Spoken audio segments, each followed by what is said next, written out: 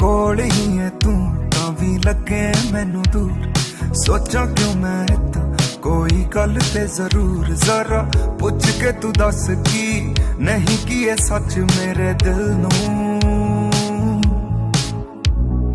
रातां नू दस मैनू नींद क्यों ना आवे, तू ठीक है कि नहीं मेरा चित घबरावे क्यों इन्नी परवाह ना देवी तू दगा मेरे दिल नू।